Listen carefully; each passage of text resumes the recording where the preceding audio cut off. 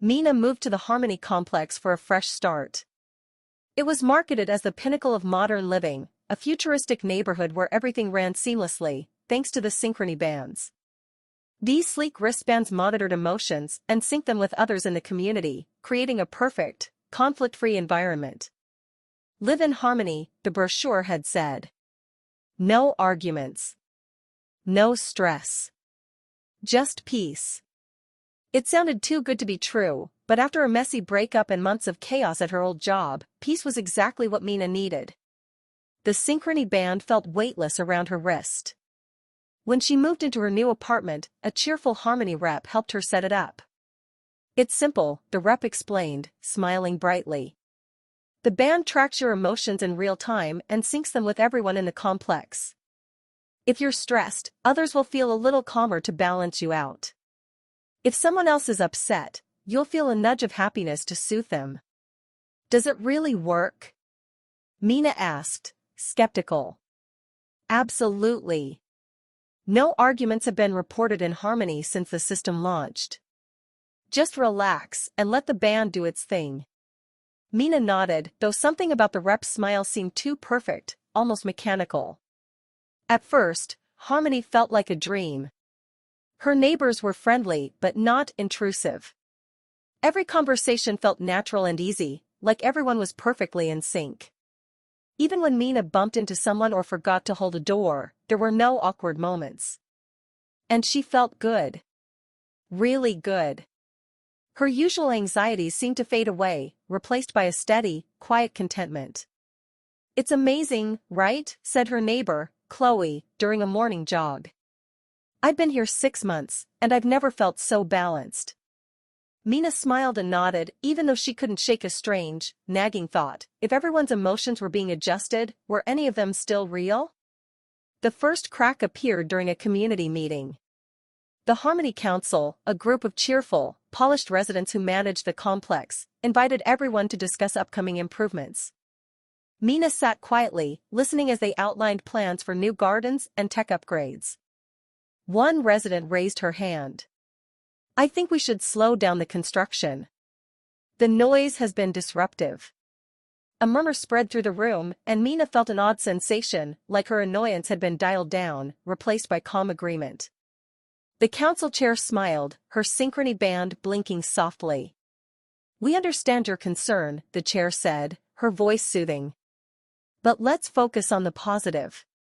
Progress is good for everyone. The resident hesitated, her face twitching as if she wanted to argue, but then she smiled and nodded. Of course. You're right. The room relaxed, and the meeting continued. Mina left feeling uneasy. It wasn't just the woman's sudden compliance, it was the fact that Mina herself had felt the same unnatural calm wash over her, silencing her own doubts. Over time, Harmony began to feel less peaceful and more hollow. Mina noticed strange patterns. Conversations followed the same rhythms, as if everyone was reading from a script. People laughed at the same moments, their smiles identical. Even disagreements dissolved too quickly, with neither side seeming to remember what they'd been upset about. When Mina tried to bring it up with Chloe, her neighbor brushed it off. That's the point of Harmony, Chloe said. Why dwell on negativity? It's better this way. But it doesn't feel real, Mina argued. Chloe's synchrony band blinked yellow for a moment, and she frowned briefly before her expression smoothed. You'll adjust, she said. Everyone does. One night, Mina decided to take off her synchrony band. She sat on her couch, staring at it. The instructions had been clear, the band should never be removed, as it could cause emotional destabilization. But Mina had to know what life felt like without it. When she slipped it off, her body felt like it had been unplugged from an invisible current. Her mind buzzed with emotions, real emotions, raw and unfiltered. For the first time in weeks, she felt anger, frustration, confusion. And underneath it all, a deep, aching sadness she hadn't realized the band had been suppressing. She cried for hours. The next day, she walked through the complex without the band. The difference was startling. Without the synchrony band's influence, her neighbors seemed eerily robotic. Their voices were too even, their smiles too perfect. Conversations felt rehearsed, their eyes glassy and unfocused. At one point, she passed Chloe and waved. Chloe's synchrony band blinked green, and her lips curled into a perfect smile. "Good morning, Mina," Chloe chirped. But her eyes didn't light up. She looked past Mina, as if she wasn't really there. That night, Mina couldn't sleep. She kept replaying the day in her head, trying to piece together why Harmony felt so wrong. Around 2 a.m., she heard a knock at her door. When she opened it, 3 Harmony Council members stood outside, their bands glowing red. "Mina," the chair said, her tone still cheerful but firm. "We noticed you've removed your synchrony band." "I needed a break," Mina said, her voice trembling. "It's just temporary." The chair's smile didn't waver. "The band isn't optional. It's vital to maintaining balance in our community." "I don't think I want to be part of this community anymore," Mina said, stepping back. The council members exchanged a look. The chair's voice softened, almost pitying. "It's not about what you want, Mina. Harmony is bigger than one person. Please, put the band back on." Mina shook her head, adrenaline surging. "No." The chair sighed. "We hoped you'd cooperate. But don't worry, we'll help you reintegrate." The council members stepped forward, and Mina slammed the door, locking it. She grabbed her bag and slipped out the window, running into the night. As she fled, she realized how quiet the world outside Harmony was. No carefully curated emotions, no perfect smiles, just the raw, messy hum of humanity. Part 2: The Temptation of Reprogramming. Mina sat in the shadow of a crumbling bus stop, staring at the Harmony complex in the distance. Its pristine, glowing facade seemed to mock her. She had made it out, but instead of feeling free, she felt more trapped than ever. The world outside Harmony was raw, chaotic, and relentless. Emotions hit her like waves crashing against a rocky shore: rage, sadness, fear, so overwhelming that they left her gasping for air. Her synchrony band was still in her bag. She had planned to throw it away, but something stopped her every time. It was her lifeline, her escape hatch. She hated it, but she couldn't let it go. Mina gripped the edge of the bench, her knuckles white. What if I just went back? The thought had been gnawing at her for days. Maybe Harmony wasn't perfect, but wasn't it better than this? Her emotions felt too big, too unmanageable. She couldn't sleep, couldn't think, couldn't breathe.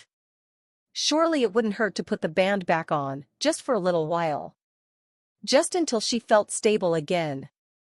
She pushed the thought away, but it clung to her like static, refusing to let go. The next night, Mina found herself standing at the edge of the Harmony complex. The glowing gates loomed before her, their sleek, futuristic design at odds with the emptiness she felt inside. She hadn't intended to come this far, but her feet had carried her here almost on their own. Her heart pounded as she stepped closer. The gates slid open silently, as if they had been waiting for her. The air inside was as she remembered it, clean, cool, and eerily still. No wind, no distant sounds of traffic. Just Harmony. She walked through the familiar streets, her footsteps echoing against the polished pavement. The lights from the buildings bathed everything in a soft glow, and for a moment, she felt a pang of nostalgia. It had been so easy here. So simple. Mina. She froze, her pulse quickening. A figure emerged from the shadows, Chloe. Her neighbor's smile was as radiant as ever, but her eyes remained dull and unfocused, like glass marbles. "You came back," Chloe said, her voice sweet but hollow. "We knew you would." Mina hesitated, unsure what to say. "I wanted to talk to someone." Chloe's synchrony band blinked green. "The council will want to see you. They've been waiting." The council chambers were as polished and pristine as Mina remembered. Three council members stood at the front of the room, their synchrony bands glowing faintly. The chairwoman smiled as Mina entered, her expression calm and unreadable. "Mina," the chairwoman said warmly. "We're so glad you've returned."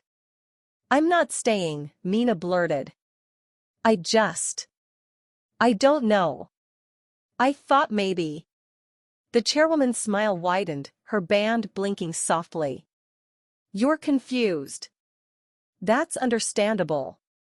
Life outside harmony can be overwhelming, chaotic. But you don't have to suffer. We can help." Mina shifted uneasily. "What kind of help?" The chairwoman gestured toward a side door. "We've developed a reprogramming process for those who struggle with reintegration. It's a gentle procedure, designed to help you realign with harmony's values. No more pain, no more doubt." The words made Mina's stomach churn, but a small part of her was tempted. No more pain. Wasn't that what she wanted? "I don't know," she murmured. "It feels wrong." "It's not wrong, Mina," the chairwoman said, her tone soothing. "It's progress. You've seen what happens without harmony, people hurting, struggling, lost in their emotions. This is a better way." One of the other council members stepped forward, his synchrony band glowing blue. "Think of it as a reset. A way to free yourself from the burdens of the past. You'll still be you, just improved." The words sent a chill down Mina's spine. She thought of Chloe's vacant eyes, the way she had smiled without feeling. "I don't want to lose who I am," she said, her voice trembling. "You won't lose anything," the chairwoman assured her. "You'll gain peace." The door to the reprogramming center slid open with a soft hiss. Inside, the room was clinical and bright, lined with sleek machines that hummed quietly. A chair sat in the center, its arms equipped with slots for synchrony bands. Mina's heart raced as she stepped inside, her gaze darting around the room. "This is where the magic happens," the chairwoman said, her tone light. "It's quick and painless. You won't even remember the process." Mina's stomach twisted. "I'll forget?" "Only the things that hold you back," the chairwoman said. "Your fears, your doubts, your pain. You'll leave here as your best self." Mina glanced at the chair, her mind swirling. Was this what Chloe had gone through? What if she sat in that chair and came out the other side as someone else, someone who smiled and nodded but felt nothing? The thought made her chest tighten. "No," Mina said, stepping back. "I can't do this." The chairwoman's smile didn't falter, but her synchrony band blinked red. "Mina, you've already made your decision by coming here. Let us help you." Two council members moved toward her, their movements slow but deliberate. Panic surged through Mina, and she bolted for the door. Alarms blared as she ran, the sharp sound piercing the stillness of the complex. Mina sprinted through the streets, her breath ragged. She could hear footsteps behind her, the council members giving chase. Her mind raced as she tried to navigate the maze of identical buildings. The glowing lights blurred together, disorienting her. She rounded a corner and nearly collided with someone. It was Chloe. "Mina," Chloe said, her voice soft. "Don't fight it. You'll be happier this way." "Chloe, please," Mina said desperately. "This isn't you. Don't you see what they've done to you?" Chloe's expression faltered for a moment, a flicker of something real passing across her face. But then her synchrony band blinked yellow, and her smile returned. "You're just scared. I was scared too, but now I understand. Harmony is the only way." Mina shook her head, tears streaming down her face. "It's not. It's a lie." Before Chloe could respond, Mina darted past her, the footsteps behind her growing louder. She spotted an opening in the perimeter fence and sprinted toward it, her heart pounding. She squeezed through just as the council members reached her, their voices calling after her. "Mina! Come back! You're making a mistake." But Mina didn't stop. She ran until the lights of the complex disappeared behind her, until her legs gave out and she collapsed in the dirt, gasping for air. As the sun rose, Mina sat on the edge of a hill, staring out at the sprawling world beyond. Her body ached, and her mind felt like it had been torn apart, but she was free. Truly free. She pulled the synchrony band from her bag and held it in her hands. For a long moment, she considered slipping it back on, letting its soothing current wash over her one last time. But then she thought of Chloe, of the reprogramming center, of the emptiness behind those perfect smiles. With a deep breath, Mina hurled the band into the distance, watching as it disappeared into the underbrush. It was over. She would face the pain, the fear, and the chaos, because that was what it meant to be alive. Harmony wasn't peace. It was control. And Mina would never let herself be controlled again.